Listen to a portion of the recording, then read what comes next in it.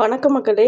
இன்றைக்கி நம்ம சேனல் என்ன பார்க்க போகிறோன்னா, ஒரு சிம்பிளான ஈஸியான ரெசிபி தான் பார்க்க போகிறோம். தக்காளி குழம்பு. அது எப்படி செய்கிறது அப்படின்னு சொல்லி பார்க்கலாம். பெரிய வெங்காயத்தை நல்லா பொடி பொடியாக கட் பண்ணி வச்சுருக்கேன். 2 பச்சை மிளகாயை இந்த மாதிரி கீரல் போட்டு எடுத்து வச்சுருக்கேன். அதுக்கப்புறம் கருவேப்பிலை, 4 தக்காளி, மீடியம் சைஸ் தக்காளியை பொடி பொடியாக கட் பண்ணி வச்சுருக்கேன். 2 தக்காளியை பேஸ்ட்டாக அரைச்சி வச்சுருக்கேன். அதுக்கப்புறம் கொஞ்சோண்டு வரமிளகாத்தூள், கொஞ்சோண்டு உப்பு. நம்ம எப்படி செய்யறதுன்னு சொல்லி பார்க்கலாம் வாங்க. ஒரு கடாயில் கொஞ்சம் எண்ணெய் ஊற்றிக்கோங்க. எண்ணெய் சூடானதும் கொஞ்சம் கடுகு போட்டுக்கோங்க. கடுகு நல்லா பொரிஞ்சிருச்சு. அடுத்து இதில் கருவேப்பிலை போட்டுக்கோங்க. கருவேப்பிலை போட்டுட்டு கீறி வச்சுருக்கிற 2 பச்சை மிளகாய் சேர்த்துக்கோங்க. சேர்த்துட்டு அடுத்து கட் பண்ணி வச்சுருக்கிற பெரிய வெங்காயத்தை சேர்த்துக்கலாம்.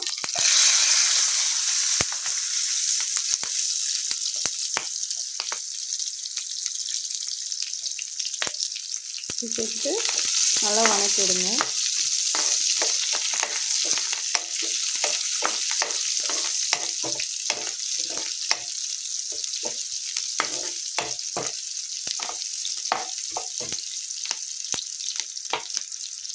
வெங்காயம் கொஞ்சம் நல்லா வதங்கணும்.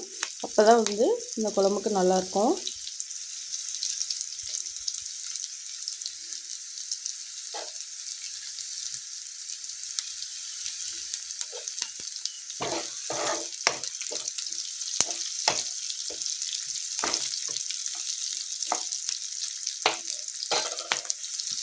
இப்போது வெங்காயம் நல்லா வதங்கிருச்சு. அடுத்து நம்ம சின்ன சின்னதாக கட் பண்ணி வச்சுருக்க தக்காளி சேர்த்துக்கலாம். தக்காளி சேர்த்துட்டு ஒரு வதக்கு விடுங்க.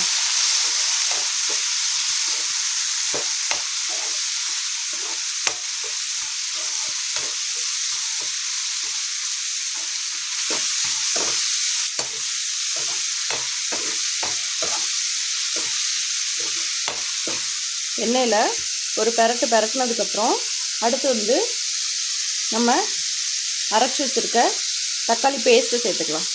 ஏன் நான் தக்காளி பேஸ்ட்டு கொஞ்சம் சேர்க்குறேன் அப்படின்னா, அப்போ தான் இந்த குழம்பு கொஞ்சம் நல்லா திக்கான கன்சிஸ்டன்சியில் வரும். இது சூடான தோசைக்கு, சாதத்துக்கு நீங்கள் வச்சு சாப்பிட்லாம். நல்லா டேஸ்ட்டாக இருக்கும். தக்காளி பேஸ்ட்டு போட்டு நல்லா வதக்கி விட்ருங்க. அடுத்து வரமிளகாத்தூள் சேர்த்துக்கோங்க. இந்த தேவையான அளவு உப்பு சேர்த்துட்டு ஒரு முறை நல்லா கலந்து விட்டுருங்க.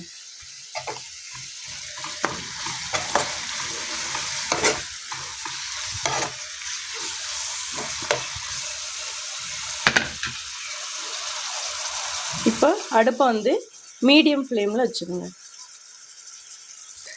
மீடியம் ஃப்ளேமில் வச்சு ஒரு 2 நிமிஷம் நல்லா கொதிக்க வச்சாச்சு. இப்போ என்ன பண்ணணும்னா, ஒரு 1/4 கிளாஸ் அளவுக்கு தண்ணி சேர்த்துக்கோங்க. தண்ணி சேர்த்துட்டு ஒரு தடவை நல்லா கலந்து விட்ருங்க.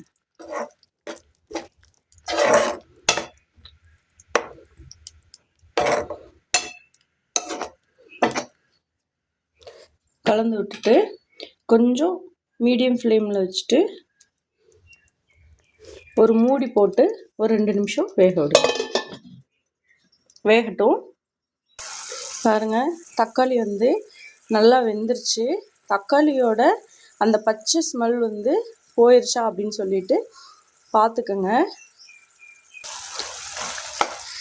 ஒரு தடவை நல்லா கலந்து விடுங்க. தக்காளி இப்போ நம்ம கரண்டியில் மசிக்கும் போது இப்படி நல்லா மசிக்கணும். அப்படின்னா தக்காளி நல்லா வெந்துருச்சுன்னு அர்த்தம். நீங்கள் இதை இப்படியே கூட நீங்கள் சர்வ் பண்ணலாம். அப்படி இல்லை அப்படின்னா இன்னும் கொஞ்சம் நல்லா இந்த தண்ணியெல்லாம் கொஞ்சம் வற்றினதுக்கப்புறம் கூட நீங்கள் சர்வ் பண்ணி சாப்பிட்லாம்.